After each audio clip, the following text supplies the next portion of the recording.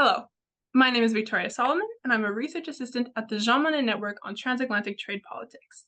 This is part of a series of interviews for the network called the Transatlantic Trade Video Series. We are here today with Stefan Hee, a PhD fellow at the University of Salzburg, whose dissertation focuses on the distributional effects of trade. Welcome, and thank you for taking the time to speak with us today. Thank you, Victoria. Good being here. So, to begin, your research focuses on the distributional effects of trade agreements. What are such distributional effects, and why is it important to study them? So when we talk about distributional effects of trade, we are focusing on the economic effects of trade and more specifically, who are the winners, who are the losers. This might depend on multiple factors. We have economic theories that explain us in more detail who might be the winners and who might be the losers. And in our case, what we are focusing on is the sector that people work in. So when you're working in a sector that aligns well with the national advantage that your country has, then this means that you're more likely to win in a globalized market. And that way we can identify patterns of winners and losers of globalization.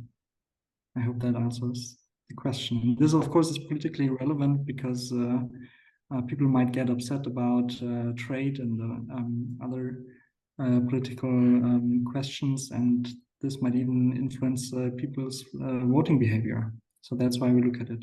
So with your collaborators, you've conducted a survey experiment to understand how people respond to distributional effects of trade agreements. Could you elaborate on your hypotheses for this research? So what we were looking at here is how people behave when they receive information about winning or losing from a trade agreement, and what we thought we would find are actually fairness concerns. So in our case, inequity aversion. So we thought that people might be less likely to be in favor of a trade agreement when there's an inequality of who wins and who loses.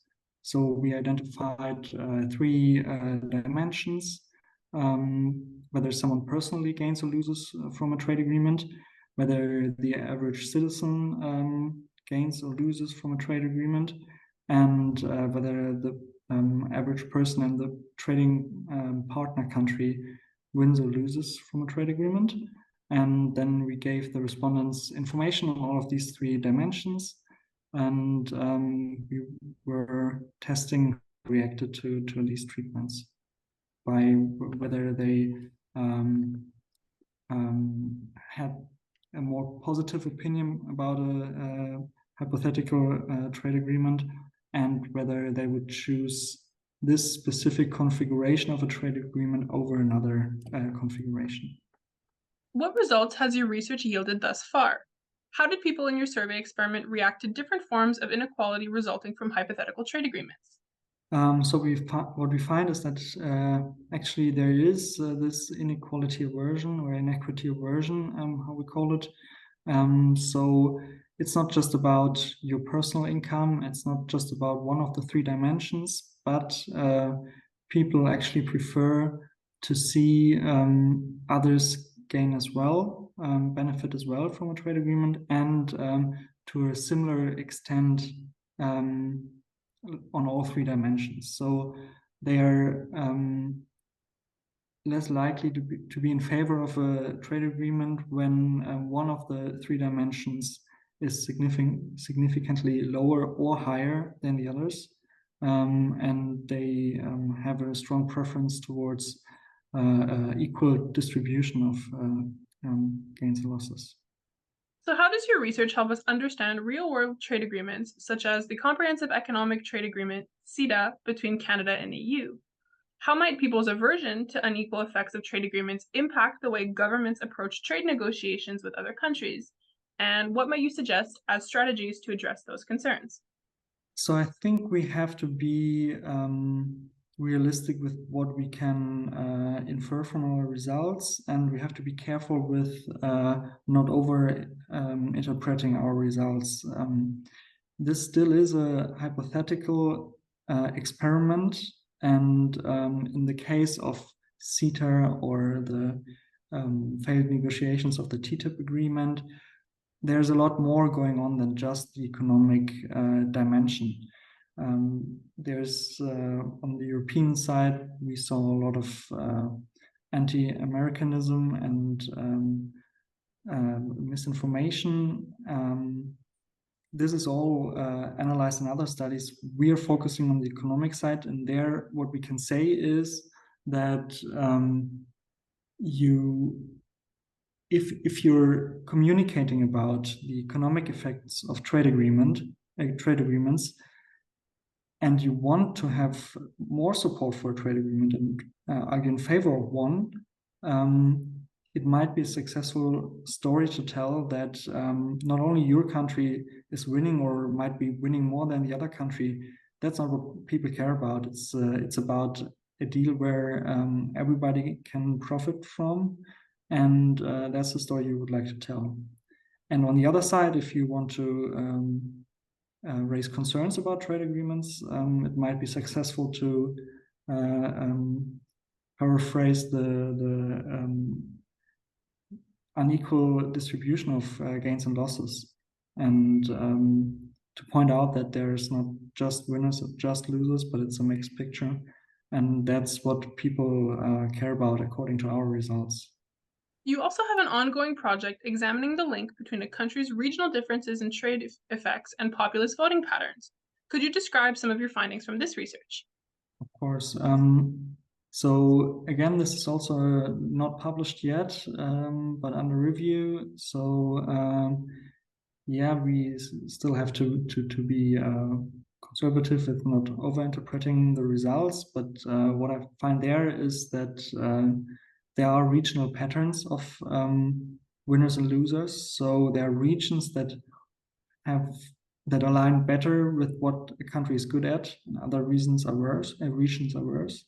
And so this is certainly a factor when talking about the winners and losers and the distribution effects of trade. This can actually be connected to voting behavior. In my study, I connected the regional distribution effects of trade patterns with populist voting behavior. And there were some mixed results there, but and other factors also mattering. We have to speak about scope conditions here of this effect, but it is politically relevant. That's something you can say for sure. So looking to this in relation to your other project, how would you say this focus on populist voting may complement the research on inequity aversion explained before?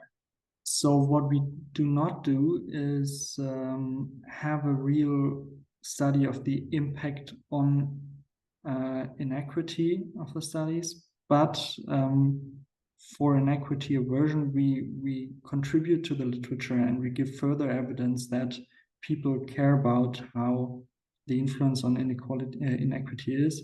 And so this would be our contribution here. We rather than relative gains and winning more than others, there's a more positive story to tell here. It's more about everybody should win, and that's the side of the debate that we are backing with our results. So in conclusion, what kinds of political responses to the distributional effects of trade agreements can we potentially expect in the future? Would you predict that this dimension will become more important in the negotiation of future agreements? If we look in the past, there is a development that trade agreements have become bigger, have become not in terms of lowering the tariffs even more, but in the sense of having additional paragraphs and regulating a lot more, being not just about trade, being about a lot of political issues as well. And this is certainly a trend that we will see in the future as well. But this is not what our focus in our research is, of course. So for the distributional effects of trade, I don't really know whether there will be much of a change, to be honest, and whether it will play a bigger role in the future. These are more side effects of the agreements that the politicians are not that much focused on. It's not the center of the debate about trade agreements. And that would be, I guess, my answer to your question. So on that note, this ends our interview for today, and thank you once again for joining us. Thank you very much for having me.